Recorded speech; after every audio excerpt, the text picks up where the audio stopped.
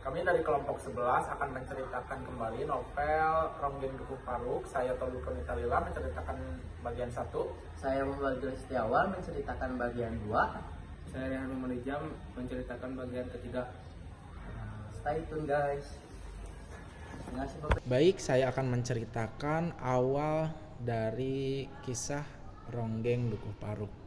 Pada awal cerita, kita dikenalkan dengan kondisi dan keadaan desa Dukuh Paruk yang saat itu sedang kemarau dan kekurangan makanan. Di desa tersebut terdapat 23 rumah dan di rumah-rumah tersebut merupakan keturunan-keturunan dari Ki Secamenggala.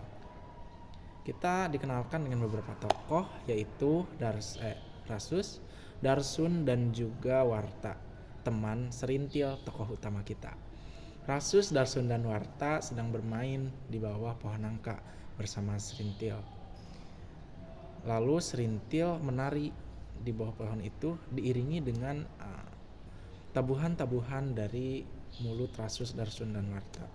Tidak disangka kakeknya Serintil melihat Serintil sedang menari dengan begitu indahnya, dan juga kakek Serintil meyakini bahwa Serintil sudah dirasuki oleh Ronggeng.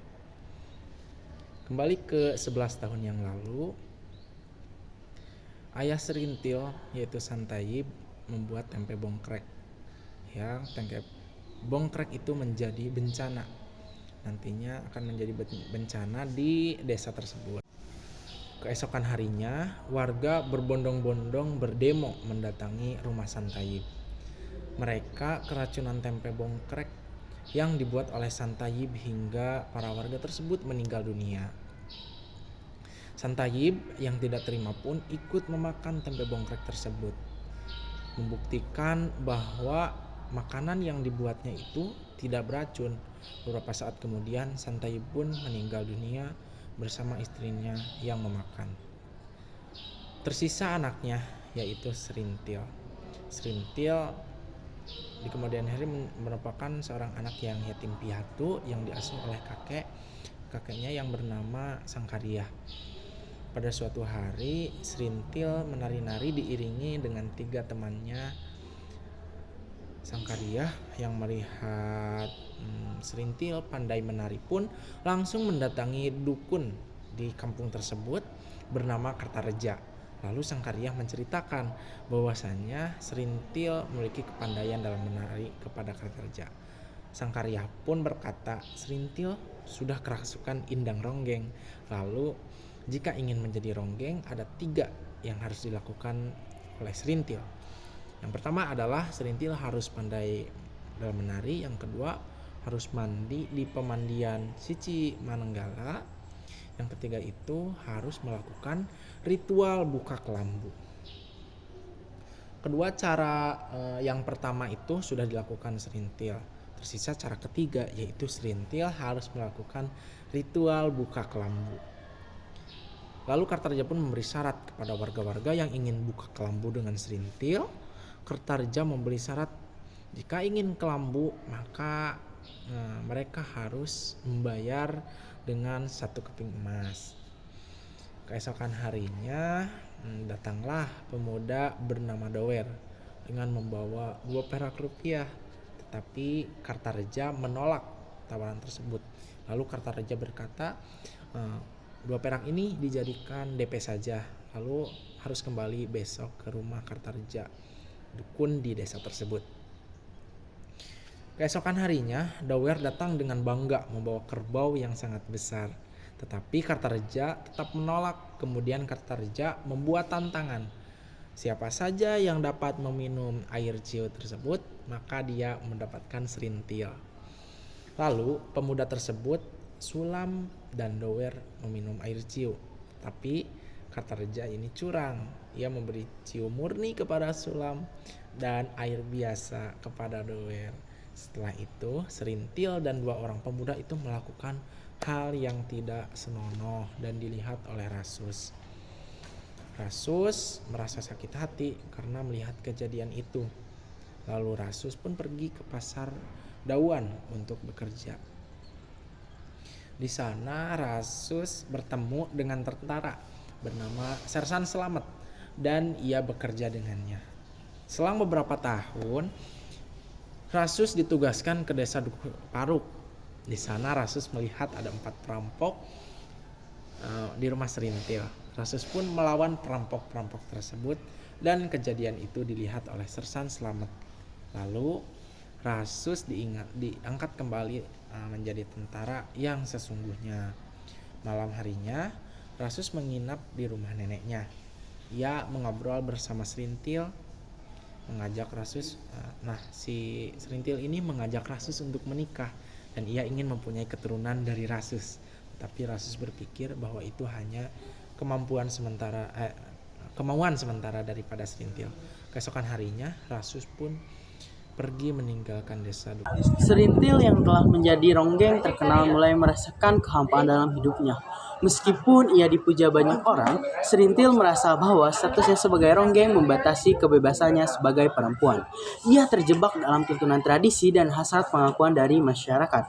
Rasus yang memilih meninggalkan Dukuh Paruk untuk bergabung dengan tentara seringkali dihantui kenangan masa lalunya dengan Serintil. Ia terus bertanya-tanya tentang pilihan hidupnya dan bagaimana hubungannya dengan Serintil menjadi begitu rumit. Rasa cinta kerinduannya yang makin kuat, namun ia sadar dunia mereka kini berbeda.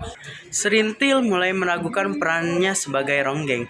Ia merasa kehidupan sebagai ronggeng hanya memberi kebanggaan semu dan menjatuhkan dirinya jadi cinta sejati. Hal ini diperburuk oleh pandangan masyarakat yang seringkali memanfaatkan ronggeng hanya untuk hiburan dan kepentingan politik. Rasus bertemu dengan salah satu kenalan lama dari Dukuh Paruk yang memberinya kabar Serintil tentang ia mengetahui Serintil mengalami berbagai tekanan dari orang sekitar, termasuk dari tokoh-tokoh yang memanfaatkan posisinya sebagai ronggeng untuk tujuan tertentu. Serintil mulai berpikir untuk meninggalkan perannya sebagai ronggeng. Ia mencari kehidupan yang bebas, namun ia dihadapkan pada dilema besar karena tradisi dan masyarakat Dukuh Paruk. Ronggeng sebagai simbol penting desa, keinginan untuk menemukan kebahagiaan pribadi berbentuk dengan beban moral dan sosial yang ia pukul. Rasus kembali ke Dukuh Paruk dan menemukan desanya berubah menjadi perdukuhan yang sunyi dengan rumah-rumah sederhana dan warga yang kehilangan semangat hidup. Ia mengelimakan neneknya dan menanam pohon kemeja sebagai simbol kembalinya Serintil ke tanah asalnya. Serintil yang pernah menjadi ronggeng terkenal kini berada dalam ketidakpastian. Dia menghadapi stigma sebagai besar tahanan politik pasca 1965.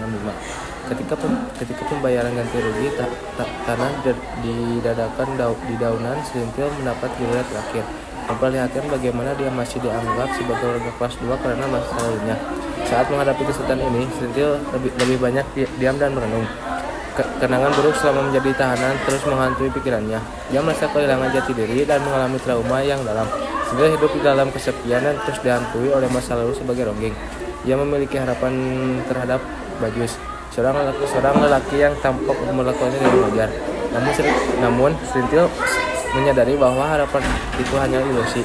Dalam kebingungan mencari tempatnya di dunia, Serintil bertemu Bajus, seorang pria dari Jakarta. Bajus membawanya dari sebuah villa sebelum menghadiri rapat penting di mana kembali. Serintil mengalami peristiwa traumatis yang membuatnya kehilangan harapan penuh kepentingan. Serintil mengalami kehancuran batin yang begitu dalam hingga ia kehilangan kesadaran sebagai manusia. Dia mulai meragukan kehidupannya sebagai ronggeng dan bagaimana dirinya selalu menjadi objek pemuasan bagi orang lain. Kesadaran ini membuatnya ia mencari kebebasan sejati setelah serangkai penderitaan. Serintil kembali ke Dukuh Paruk. Namun, ia bukan lagi Serintil yang dulu. Ia kemegahan masa lalunya sebagai ronggeng terhilang. Dan dia hanya mendapati keterasingan. Dalam kesendirian, Serintil menari untuk dirinya, sebuah tarian yang tidak lagi untuk menghibur orang lain, tetapi sebagai bentuk keputusasaan. Rasus yang diam-diam masih menyimpan rasa untuknya, hanya bisa menyaksikan kepergiannya tanpa bisa berbuat apa-apa. Kesimpulannya adalah novel ini berakhir dengan gambaran tragis tentang Serintil yang kehilangan jati dirinya. Ia tidak lagi menjadi ronggeng yang dieluk-eluk, tetapi seorang perempuan yang telah kehilangan segala harapan. Dengan demikian, novel ini menegaskan tema utama tentang keterasingan, penderitaan, dan nasib seorang perempuan dalam budaya yang tidak memberikan pilihan. Sekian dan terima kasih.